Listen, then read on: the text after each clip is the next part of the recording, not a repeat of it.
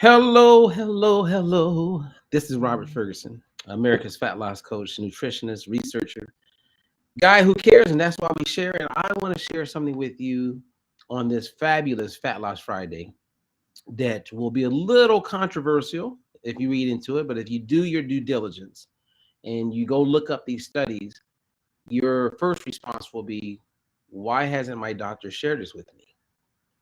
And we're talking about blood pressure and we're talking about sodium, aka salt. Now, before I get into that, I want to give a big shout out to a couple of my clients, which I always find is fascinating. Is this morning, two of my clients hit their 64-pound benchmark, meaning they've lost 64 pounds. Jane, congratulations, and Linda, congratulations. They both have done amazing. Now, a highlight that I want to quickly share with you about both of these ladies. One, Jane, when we first started working together, she was, hear my words, was a type 2 diabetic. She has fully reversed her type 2 diabetes, and that means she has she's not diabetic. It's gone. It's over. And she's down 64 pounds. I mean, to go from 200, pounds to 136 over the age of 60, that's a big deal. And to do it without avoiding carbs, that's an even bigger deal. And to do it where it's a lifestyle and the weight's not coming back, that's what makes diet-free life and what we do very unique and amazingly credible. Okay. We are validated, we're verified, and it's reproducible. And that's why we have coaches, because the system that I created is something that they can teach other people. And no matter who they're teaching, no matter where that person lives, then we expect the same outcomes. Now with Linda, there's a lot more I could say about Jane, but with Linda, the highlight is that she's been taking a statin, and a statin is something I'm not the biggest fan of. And unfortunately, many people who end up taking a statin like Lipitor, they are told they're going to be on that statin for the rest of their life. Well, Linda is transitioning off of that. And in addition to all the other positives that have taken place because she took control of her health, her life, her happiness, she's going to be off a statin.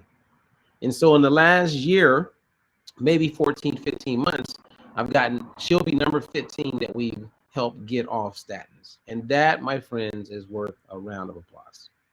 Now let's get to this salt thing. Okay. You will hear doctors say avoid salt. You will hear nutritionists tell you to avoid salt. Dietitians will tell you to avoid salt.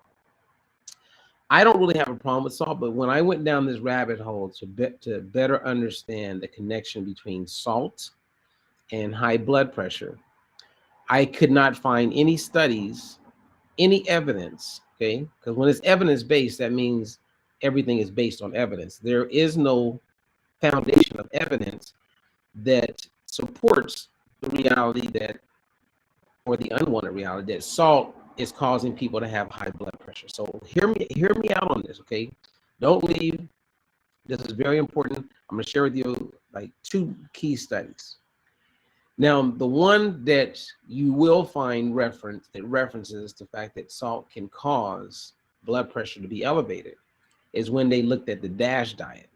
Now, the DASH diet was created to help people lower their blood pressure. And when they did the studies with the DASH diet, the outcome was the blood pressure did go down.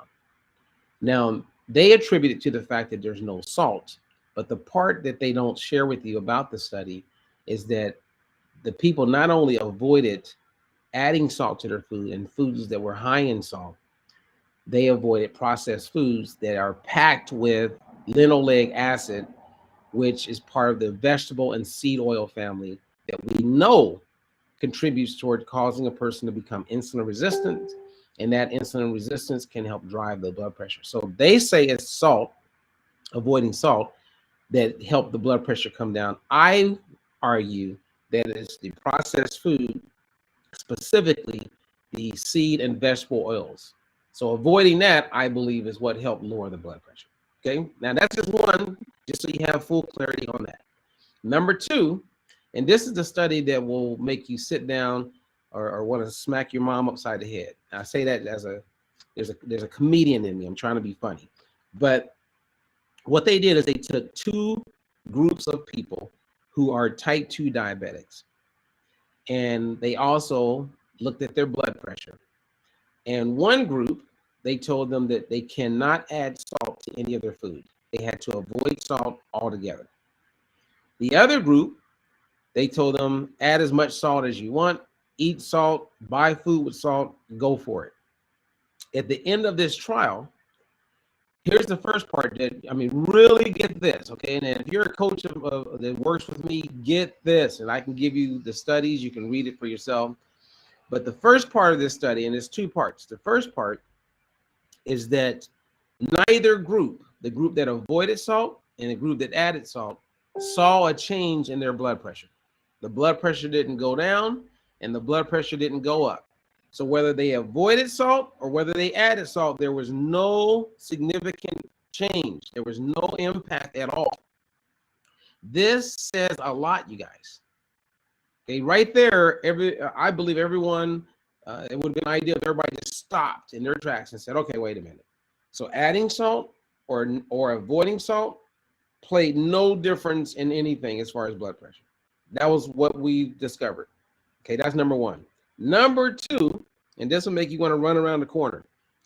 I don't even know why I said that, but it makes you want to just go outside, do jumping jacks, and just go and scream to the world. Number two, what they discovered is that the group that avoided salt, became more insulin resistant. So their diabetes got worse. The group that added salt and ate salt, they became more insulin sensitive. That means their insulin resistance got better. So the salt didn't show any negatives. And the people who avoided it, yes, there were some negatives. They got worse off. I mean, are you hearing what I'm saying? This is amazing. And why aren't every doctor talking about this? Now, with a lot of my own clients, the ones that avoid salt, and they really do everything they can to avoid salt, what I've observed with my clients is that they will have elevated blood pressure compared to someone who doesn't avoid salt. I'm seeing it. The studies, I'm seeing it. And the other day, I had a client of mine, and I'll end on this, who we have been working really hard to get his blood pressure down. And I asked him a question out of nowhere. I said, hey, do you ever use mouthwash? And his response was this: oh, absolutely. And I was like, well, what does that mean? So he sporadically would rinse his mouth all the time with mouthwash. Well, here's the thing he didn't know about mouthwash. Mouthwash, an antibacterial, kills a lot of the bacteria, the healthy bacteria in your gut microbiome, which begins in your mouth. And so when you kill that bacteria connects with the food that you eat that has nitrates in it with the stomach acid, and it creates nitric oxide. And nitric oxide, we naturally will create, let's say there's two pathways. The lining of your cells will create nitric oxide, and then the foods that we eat will help create nitric oxide. And I had him eating a lot of these foods, but yet when he was killing the bacteria because of the mouthwash, that messed it up where even though he was eating the right foods, things didn't work out to where his body could create more nitric oxide. So we removed all of that. We even removed fluoride and anything that would kill some of the healthy bacteria in his mouth, all the way down to his gut. And inside of 3 months, we saw an amazing shift with his blood pressure. So as I share and keep sharing again and again and again and again, the gut microbiome is very important in all aspects of health. And I concur with Dr. Sabine Hazan, who I admire and look up to and have learned so much about the gut microbiome from. Um, I believe her, and I believe Hippocrates, the founding father of modern day medicine, when he said, and she says, all disease begins in the gut.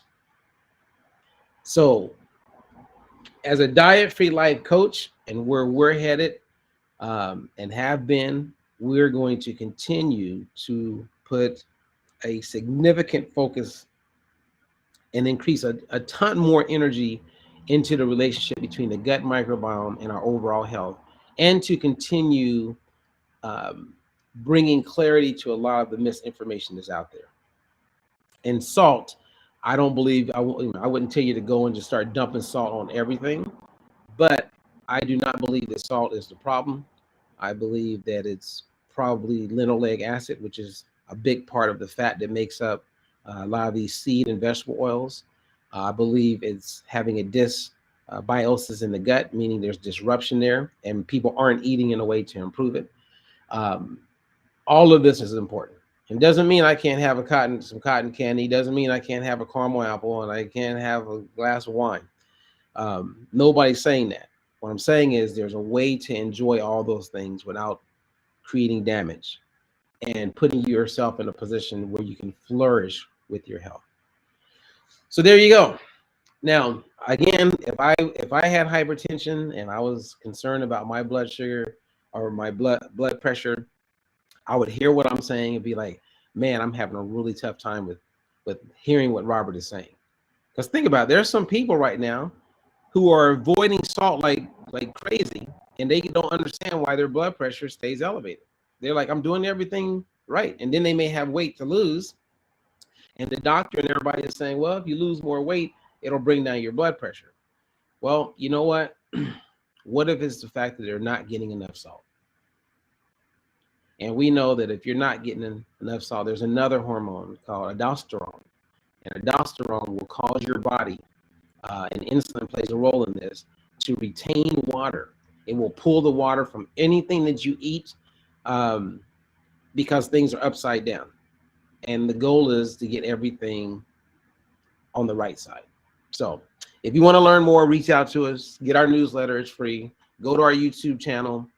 If you're here, please click, hit the bell, listen to a lot of our videos, help us grow this thing, because with your support in helping us share and get it out there, then we can have a channel and it can turn into something really positive. And our goal is to remain dedicated to bringing clarity to a lot of confusion around nutrition and as it pertains to our health and our energy, etc. So thank you for listening. I appreciate you. Again, this is something I'm going to do every Friday called Fat Loss Friday. It's like my radio, me talking. And then during the week, I'll be on air, on camera, so you'll see me also. But sometimes I'll just bring information to you just like this, like a radio, like a podcast, making moves. And you can connect with this on a regular if you go to our YouTube channel and subscribe so that you get notified anytime I upload information. All right. Hey, thank you for being here. I appreciate you. Until the next